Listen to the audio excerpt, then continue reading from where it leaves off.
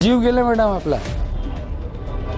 आपला जीव इथं मॅडम. पण त्याला मारून तो एक का नाव त्याचं पांड्याने एक सुधाकर मॅडम बरं लाईव्ह मध्ये टाका. त्या पांड्या आणि सुधाकर तू जिथेही भेटशील त्या घरी येऊन मारीन. नागपूर जिल्ह्यातील काटोल तालुक्यात असलेल्या राऊळगाव येथे एसबीएल एनर्जी लिमिटेड या कारखान्यात झालेल्या भीषण स्फोटाने संपूर्ण महाराष्ट्र हादरला आहे. या दुर्घटनेने नागपूर शोकसागरात बुडाले असून अनेक कुटुंबांचे संसार एका क्षणात उद्ध्वस्त झाले आहे. आज नेशन सिटी न्यूजच्या माध्यमातून या स्फोटात मृत्युमुखी पडलेल्या कुटुंबियांशी, जखमी कर्मचाऱ्यांच्या नातेवाईकांशी आणि अजूनही ओळख पटलेली नसलेल्या पीडितांच्या परिवारांशी आज आम्ही बोलणार आहोत.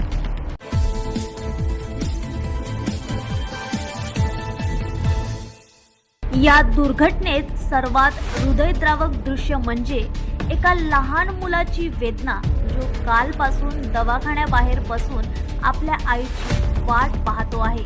नक्कीच आपण बघू शकतो की दवाखान्यातील हे दृश्य खरंच मन हेलावून टाकणार आहे. अंगावर शहारे आणि डोळ्यात अश्रू नक्कीच येतील. लहान लहान चिमुकले जे दरवाजात आईची वाट बघतात. आज आपण दवाखान्यात त्यांना कुठेतरी बघतो आहे.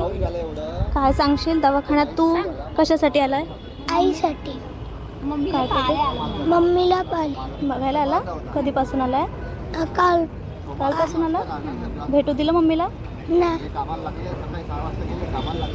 आपण बघू शकतो की लहान मुलगा देखील आईची वाट बघते आहे. स्फोट जरी एक झाला असेल तर अनेक असे लहान मुलं आज कुठेतरी आपल्या आसऱ्यासाठी एक आस घेऊन बसलेले आहेत. आईच्या मायेची वाट पाहणाऱ्या या चिमुकल्याच्या डोळ्यातील अश्रू संपूर्ण व्यवस्थेला प्रश्न विचारत आहे. एसबीएल कंपनीमध्ये झालेल्या स्फोटामध्ये जे लोक होते, जे अडकलेले होते, त्यांचा परिवार ऑरेंज सिटी हॉस्पिटलमध्ये आपल्या परिवारातील सदस्यांसाठी इथे एकत्रित आलेले आहेत.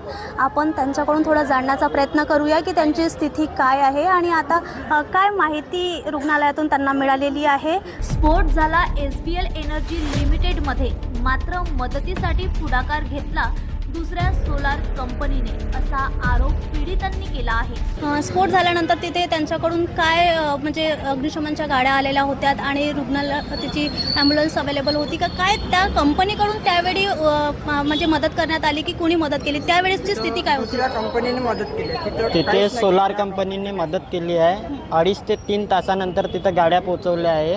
तरीपर्यंत जाऊन पूर्ण राग झालं होतं आणि तिथे म्हणजे असे सांगत पण नव्हते काय हा तुमचा घरचा व्यक्ती इथं हे झाला आहे म्हणून. फोन पण नाही केला. दुसऱ्या वाहिनीने आम्हाला फोन केला. त्याच्यानंतर आम्ही 7 वाजता तिथं पोचलो. तिची आम्ही व्यवस्था पाहिली तर पूर्ण हे झालं होतं, गंभीर अवस्था. मग प्रश्न उपस्थित होतो, कंपनीची स्वतःची आपत्कालीन व्यवस्था नेमकी कुठे होती? त्यातीलच एक परिवारातील सदस्य आपल्यासोबत आहे, ज्यांची पत्नी इथे ऑरेंज सिटी हॉस्पिटलला आहे. ज्या क्षणी हा स्फोट झालेला आहे तेव्हा तेथील नेमकी स्थिती काय होती, तुम्हाला कसं कळलं पहिल्यांदा? एका पतीची वेदना शब्दात मावत नाही. डोळ्यात अश्रू आणि अंगावर शहारे होते. आता तुमचं इथे कोण आहे आणि त्यांची स्थिती? माझी पत्नी आहे. माझ्या पत्नीचं ऑपरेशन झालं आहे. ते जखमी आहे खूप. मग आता माझा लहान मुलगा आहे, मी काय करावं? भरपाईच्या आश्वासनापेक्षा त्यांना त्यांच्या माणसाचा जीव परत हवा आहे. मला माझा जीव पाहिजे. ज्या प्लांटमध्ये स्फोट झाला तिथे सर्व कर्मचारी जखमी झाले, पण सुपरवायझर कसा वाचला, असा थेट सवाल उपस्थित होत आहे. सुपरवायझर पळाली उठून, मग सुपरवायझर काऊन नाही मेले बा, हे माझं म्हणणं आहे. तर मग आता तुम्ही म्हणता की सुपरवायझरला का बरं हे झालं नाही? त्या प्लांटमध्येच ते होते जिथे हा इन्सिडेंट झाला. हो, तर मग त्याला काऊन नाही झालं बा, ते मग त्याची सेफ्टी. प्लांटमध्ये काम करणारा सुपरवायझर हा कसा वाचला?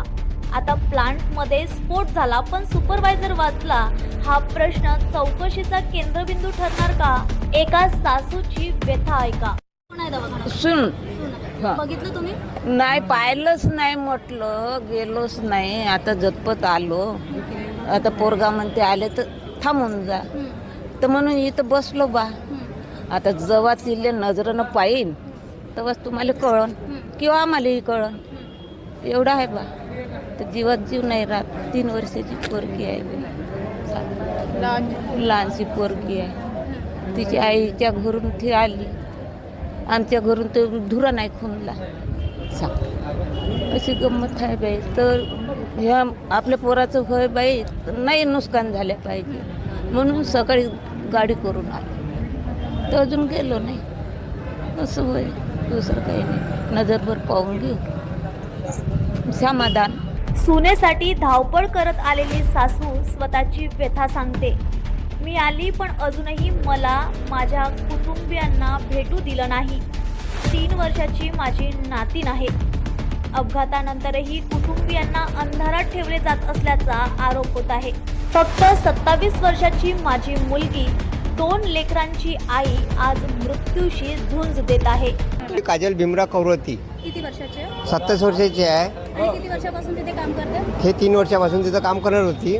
तिच्या पोरीचं नाव आहे एक आरू वासुदेवजी कौरती, दुसरं नाव आहे चिकू वासुदेवजी कौरती. ह्या त्याच्या दोन्ही मुली आहे. हां बस. आता त्यांची स्थिती कशी आहे? त्याची 45% सांगितली आम्हाला डिग्री का 45% जरली वा म्हणून सोनिया. आता ट्रीटमेंट चालू आहे. तुम्ही भेटून आलात, काय सांगाल कशी आहे सांगतो आता स्थिती? बोलणं स्पष्ट. तर तिचा हात टिचला आहे, त्याचं ऑपरेशन सांगितलं डॉक्टरने. दांदरू नका म्हणे. अच्छा, म्हणजे बोलू वगैरे हो शकत हो आहे आता? बोलते बोलते. बोलते. तुम्ही गेलेत? हो हो.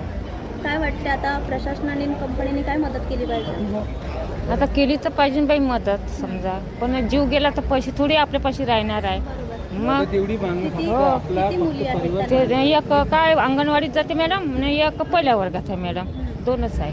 काय म्हणतात डॉक्टरांनी? ठीक होईल, बरं हो होईल? बरं तर होईल म्हणे मॅडम, पण आता आपला विश्वास नाही ना. असं आहे ना ते. आई मुलीला भेटून आली आणि म्हणते 45% मुलगी बरी आहे.